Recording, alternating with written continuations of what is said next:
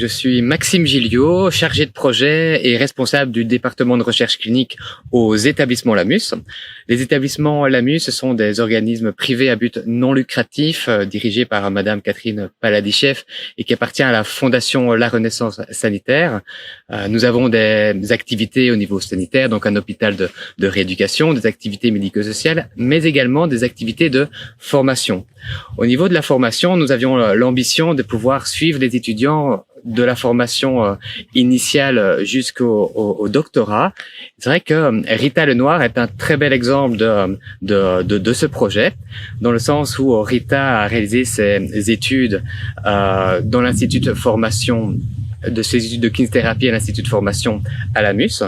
Nous l'avons suivi dans le cadre de son mémoire de master qu'elle a réalisé à l'Université de Rouen.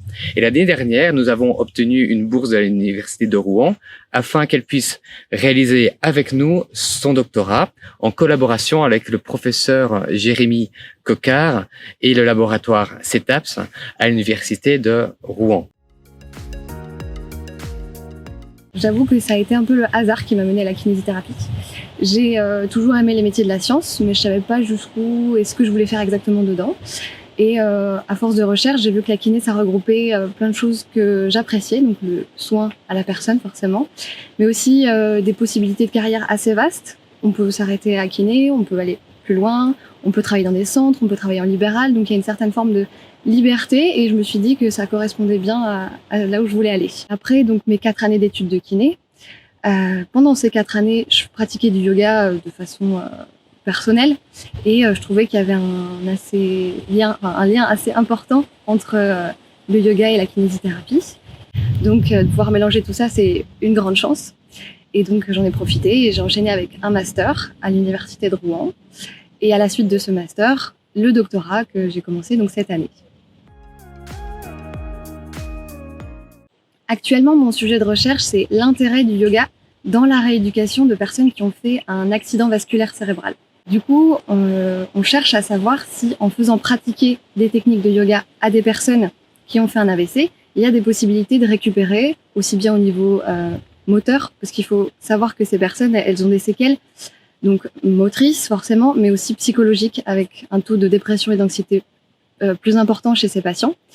Et à mon sens, le yoga est une forme de rééducation d'activité physique mais aussi mentale qui va pouvoir travailler sur ces 2 aspects de la personne. Ces troubles moteurs, mais aussi les troubles psychologiques qui peuvent aller avec.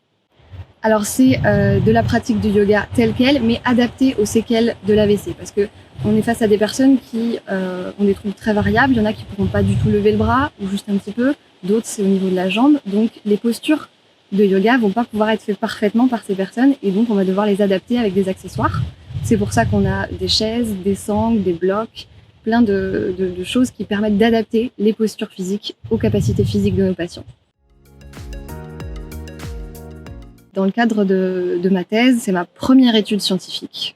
Pour l'instant, c'est encore un peu flou parce qu'on débute l'étude et l'objectif, c'est d'avoir un maximum de personnes incluses pour que les statistiques qu'on fasse après aient une certaine puissance, une certaine importance, pour que les données qu'on ait soient suffisamment, qu'il y ait une quantité suffisante pour que ça reflète la réalité des choses. Donc, il nous faut recruter un maximum de personnes. Là, j'ai recruté 24 personnes qui vont débuter donc mes cours à partir de septembre. Ça va durer 3 mois l'expérience. Pendant 12 semaines, ils auront les cours de yoga. On va mesurer leur capacité avant, leur capacité après et voir du coup s'il y a eu une évolution entre avant le programme et après le programme. Donc là, j'aurai 24 personnes et on va faire des statistiques, voir ce que ça nous donne. Si c'est pas suffisant, on va peut-être essayer de relancer un deuxième programme courant de l'année prochaine, peut-être janvier, février, mars, on ne sait pas encore. Ça va dépendre de tout ça.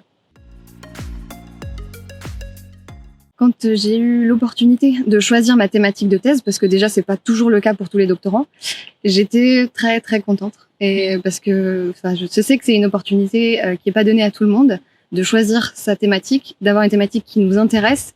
Et depuis que je suis dans ce doctorat, toute ma vie tourne autour du yoga, qui était ma passion. Donc c'est une grande joie, on va dire, et un grand bonheur de pouvoir travailler sur quelque chose qui nous plaît tous les jours et qui fait que quand on se lève le matin, on est plutôt content et satisfait.